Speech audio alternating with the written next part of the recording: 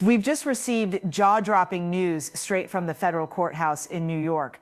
Actor Brad Pitt made an unannounced appearance clutching a tightly secured metal box. Insider sources claim it contains explosive evidence that could completely upend Sean Diddy Combs' case. As for Leonardo DiCaprio, his whereabouts remain a mystery. This is no longer just another criminal trial. Warning, this content is not for the faint of heart. What follows is the verbatim testimony and evidence presented by Brad Pitt in federal court, documented on the 18th day of Sean Diddy Combs' trial. Some details may leave you stunned, reeling, or struggling to believe they're real. What evidence did Brad Pitt bring that drove Diddy into a frenzy, lashing out at his own lawyer, while Leonardo DiCaprio's fate remains shrouded in uncertainty? This wasn't a glitzy Hollywood premiere. Instead, Brad Pitt stepped into a high-security federal courtroom, sending shockwaves through Tinseltown's media. No bodyguards, no entourage. Just a steely gaze and hands gripping a fortified metal box, a vault containing secrets potent enough to dismantle the shadowy empire Diddy has quietly constructed over 3 decades. I didn't come here to negotiate. I'm here to bury his twisted empire and to save my friend before it's too late. What's inside that suitcase? A chilling audio recording from the basement where Leo is allegedly held captive, a video capturing a debauched party among the elite, or perhaps a list of silenced victims, names the public still reveres as legends? Leonardo DiCaprio's mysterious disappearance sparked the darkest nightmare of Diddy's life. But what the mogul never saw coming was this: the man bold enough to expose him is none other than Brad Pitt, Leo's old comrade, once a titan of Hollywood alongside him. Somehow Pitt transformed from a bystander into the only soul brave or reckless enough to crack open this Pandora's box. This is no longer just a legal battle. It's a brutal showdown between light and shadow, between those who guard secrets and the one daring to unearth the truth. Welcome to the most perilous trial in Hollywood's history, and it all begins with that suitcase. We're standing just outside the courthouse where chaos reigns supreme. Brad Pitt emerged less than 10 minutes ago, silent but with a gaze radiating unshakable resolve. The steel suitcase was carefully handed over to security personnel. According to insider sources, it holds the key to toppling Diddy. Eyewitnesses claim Diddy lost all composure, even lashing out at his own attorney. This is no longer merely a trial, it's a covert battlefield for the elite. Early this morning, the New York courtroom was steeped in suffocating tension. The trial of Sean Diddy Combs, charged with human trafficking, extortion, and sexual abuse, had entered its 4th grueling week. Witnesses, from former assistants to once close confidants, had painted a chilling portrait of a criminal empire cloaked in fame and influence. Yet, even the most seasoned reporters couldn't have anticipated the pivotal moment that unfolded today. The courtroom doors swung open, and Brad Pitt, his face etched with solemn resolve, stepped inside. The crowd fell silent. Stunned gazes locked onto him. This wasn't the first time Brad Pitt's name had surfaced in the trial. Diddy's former assistant Mia had previously testified that she saw Diddy assault Cassie Ventura at the 2012 Cannes premiere of Pitt's film Killing Them Softly. But today, Brad Pitt wasn't just a name dropped in passing. He was here to testify. "I'm not here for myself," Brad declared, his voice low but brimming with conviction as he stood at the witness stand. "I'm here for my friend Leonardo DiCaprio, who vanished under mysterious circumstances over a month ago. I'm here to expose the truth about Sean Combs and to protect the innocent lives he's destroyed. I won't rest until justice is served and Leo is brought back safely." The courtroom erupted in murmurs of disbelief. Leonardo DiCaprio, one of the planet's biggest stars, missing, and Diddy already entangled in a web of heinous accusations linked to his disappearance. Questions swirled in everyone's minds, but Brad Pitt, with a steely, unflinching gaze, began to unravel a story that sent shivers through the room. Over a month ago, Leonardo DiCaprio vanished without a trace. No texts, no calls, no clues. His family, friends, and Brad Pitt, his confidant of over 2 decades, were thrown into a state of panic. "Leo isn't the type to disappear without a word," Brad testified in court. "He's meticulous, always has a plan. When he didn't show up for our annual gathering in Malibu, I knew something was terribly wrong." Brad, alongside Leo's mother, Ermeline, and his sister, scoured every possible lead. They searched his New York apartment, his Los Angeles mansion, even his secluded retreat in France. Nothing. His phone was dead, his social media silent. The police, despite launching an investigation, offered only vague responses. Hope began to fade until a fateful night. An unmarked package appeared at the doorstep of Brad's Hollywood Hills estate. No sender's name, just a lone USB drive inside. With a sinking feeling, Brad plugged it into his computer. The The screen flickered to life, revealing a grainy, low-quality video, likely recorded by an outdated security camera. There was Leonardo DiCaprio bound to a metal chair, his face bruised, lips bloodied, clothes tattered. He was in a dim, grimy room, like an abandoned basement. A distorted voice cut through, "Prepare $10 million in 48 hours. Contact the police and he dies." The video ended with Leo struggling to lift his head, his eyes desperate yet flickering with a faint glimmer of hope. Despite the threat, Brad's first instinct was to call the police. But at that moment, his phone rang, a number he didn't recognize. Against his usual habit of ignoring unknown callers, a gut feeling urged him to answer. On the other end was Leo's voice, faint but urgent. "Brad, I don't have much time. They have no intention of sparing me or my family. They're planning a purge. Anyone who knows anything will be silenced. Protect my mom and sister, and listen, I have proof of all Diddy's crimes. It's at my old house in Topanga Canyon, in a steel box in the basement. Be careful, Brad. Diddy and his cronies are cunning. If you're not cautious, they'll drag you down too." The call cut off abruptly. Without hesitation, Brad whisked Leo's mother and sister to his Los Angeles mansion, turning it into a fortified safe haven. Then, under the cover of night, he drove to Leo's old house in Topanga Canyon, a remote woodland retreat where Leo once escaped Hollywood's glare. In the damp, shadowy basement, Brad found a disguised electrical cabinet. Inside was a sealed steel box with a fingerprint lock. By sheer luck, Leo had once shared the code with him during a drunken night as a precaution. When Brad opened the box, what he saw horrified him. He vomited on the spot, his hands trembling uncontrollably. "I've starred in dozens of thrillers," Brad told the court, "but nothing could have prepared you for this horrifying truth." Brad confessed to a gut-wrenching mistake in court. After receiving the video and Leo's call, he went to the police. That same night, someone claiming to be an officer contacted him, instructing him to place the USB in a mailbox near a park for his protection. The caller warned that exposing Diddy publicly would lead to his faction killing you instantly. Panicked and swayed by the caller's authoritative tone, Brad complied, only to learn a month later that there had been no progress in Leo's case. "I realized I'd been deceived," Brad said, his eyes welling with tears. "That person might have been one of Diddy's operatives. Thankfully, Leo told me to back everything up.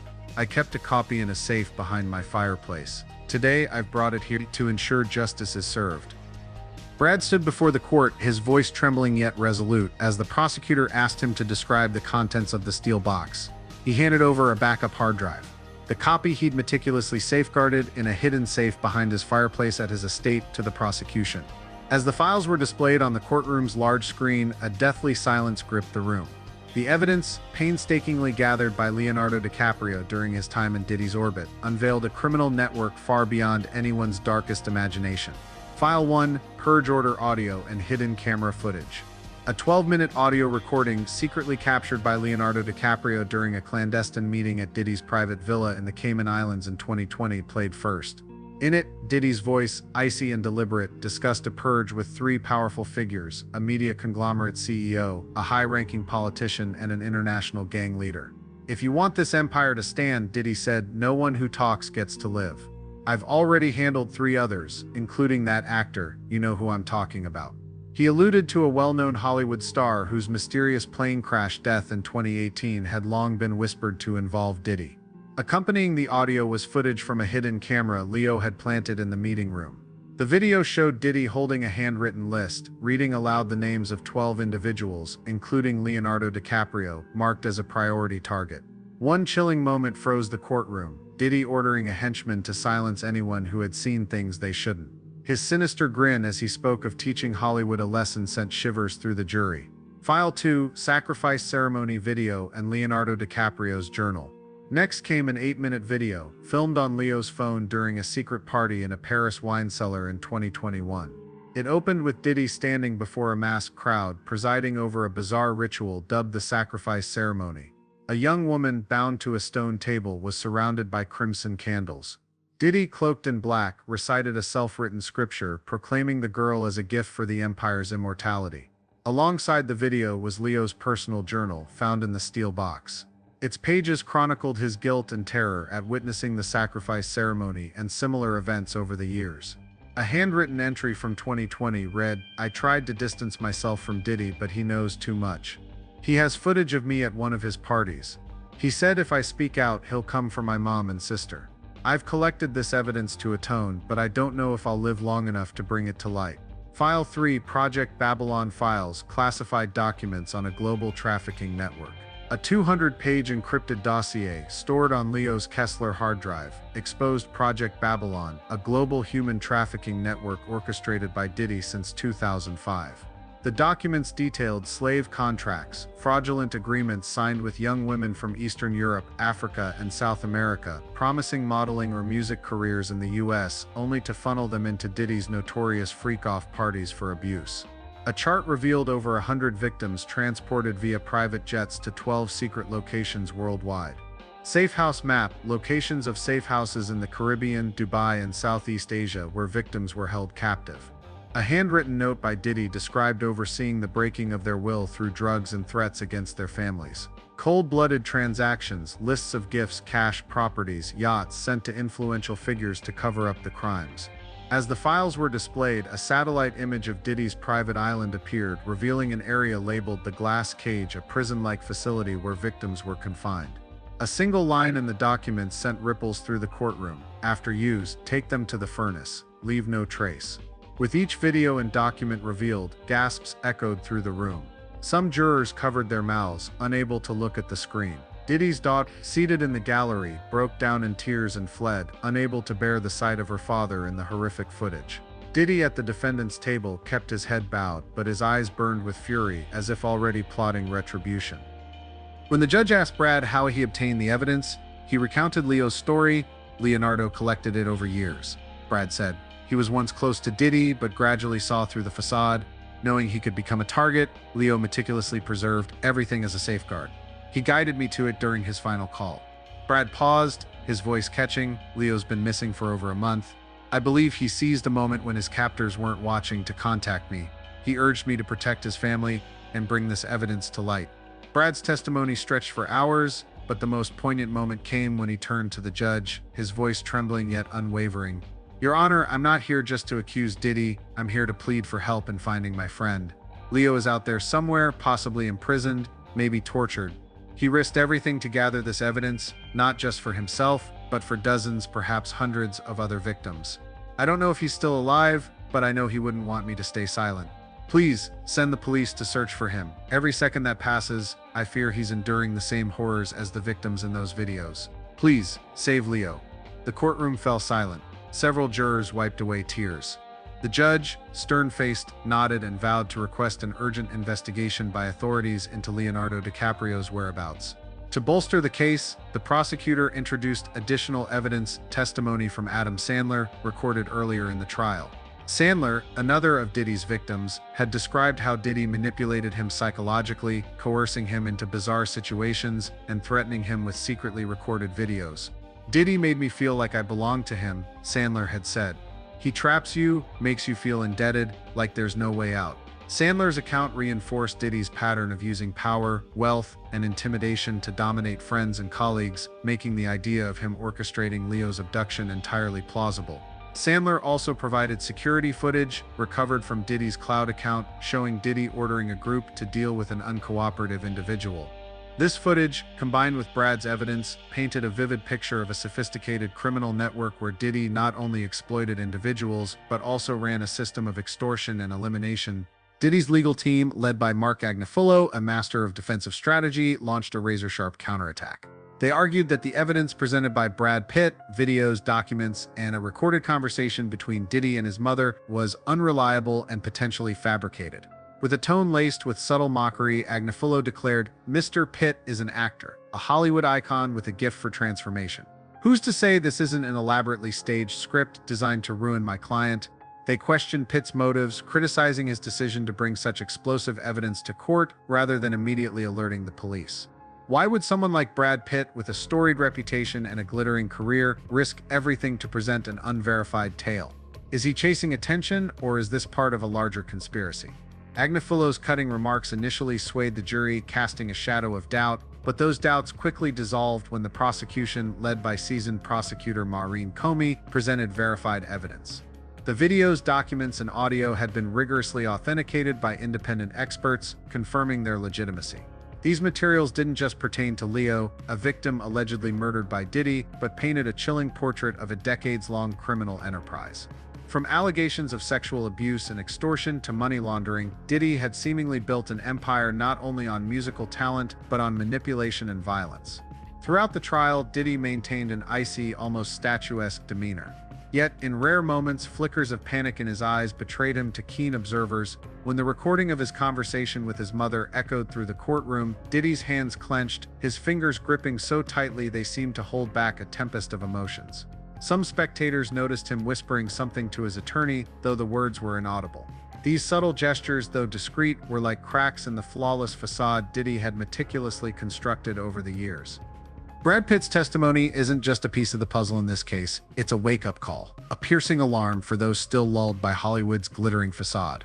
As an unexpected witness, Pitt has placed himself in a precarious position. As one of the world's biggest stars, he has no need for more fame or attention. His choice to expose the truth, despite the risks to his reputation and personal safety, is a rare act of courage. It serves as a powerful reminder that even those perched atop the pinnacle of power and prestige can choose to stand for justice, no matter the steep cost. This story isn't solely about Diddy or Brad Pitt. It raises profound questions about the nature of power in the entertainment industry. Where is the line between influence and abuse? When someone like Diddy can wield wealth, fame, and connections to manipulate an entire system from stars and managers to officials, what responsibility do we, the audience who once celebrated him, bear? Have we, as consumers of music, movies, and pop culture, unwittingly enabled wrongdoing by idolizing stars, or are we merely victims of a system designed to conceal the truth? This trial is more than a legal battle, it's a profound lesson in courage and accountability. Brad Pitt's testimony proves that the truth, however painful or perilous, is worth fighting for. Yet it also underscores that justice doesn't come freely. It demands individuals who dare to stand up, confront threats and pressure, and prioritize the greater good over personal gain. Pitt, despite his stardom, is human, and his decision shows that anyone in any position can spark change if they choose to act. Beyond that, this case is a call to action for us all. In a world where power often breeds manipulation, each of us has a duty to question, seek the truth, and protect the vulnerable. The victims on Diddy's silence list, those who lived in fear and silence, may find hope in this saga. Pitt's bravery could inspire them to speak out, to believe that justice isn't an unattainable dream. Yet the cost of truth is steep. Leo's family, grappling with fear and loss, may find a glimmer of hope in this trial, but they also face wounds that may never heal. Those who enabled Diddy, from officials who took bribes to stars who stayed silent out of fear, now face the scrutiny of the public and their own consciences. Justice, even when served, cannot erase the pain inflicted, but it can be the first step toward healing and preventing future atrocities. As Brad Pitt stepped down from the witness stand, he was no longer the star of Fight Club or Once Upon a Time in Hollywood. He was a friend, a man willing to risk everything to save Leonardo DiCaprio and expose the truth. But this story is far from over. Leo remains missing, and every passing minute is another moment he might be suffering. Brad's evidence has sent shockwaves through Hollywood, but will it be enough to bring Diddy to justice? And who will be the next to rise when the shadow of power still looms large? Today, we stand at a crossroads. Will justice prevail, or will wealth and influence once again bury the truth? Will Leonardo DiCaprio be found before it's too late? And you, watching this unfold, which side will you choose? Silence or speaking out? To keep following this journey to uncover the truth and stay updated on what comes next, hit subscribe and turn on notifications. We need your support to continue investigating dark stories like this. In our next video, we'll dive deeper into the names on Diddy's blacklist and the secrets still hidden from view. Don't miss it. The truth waits for no one.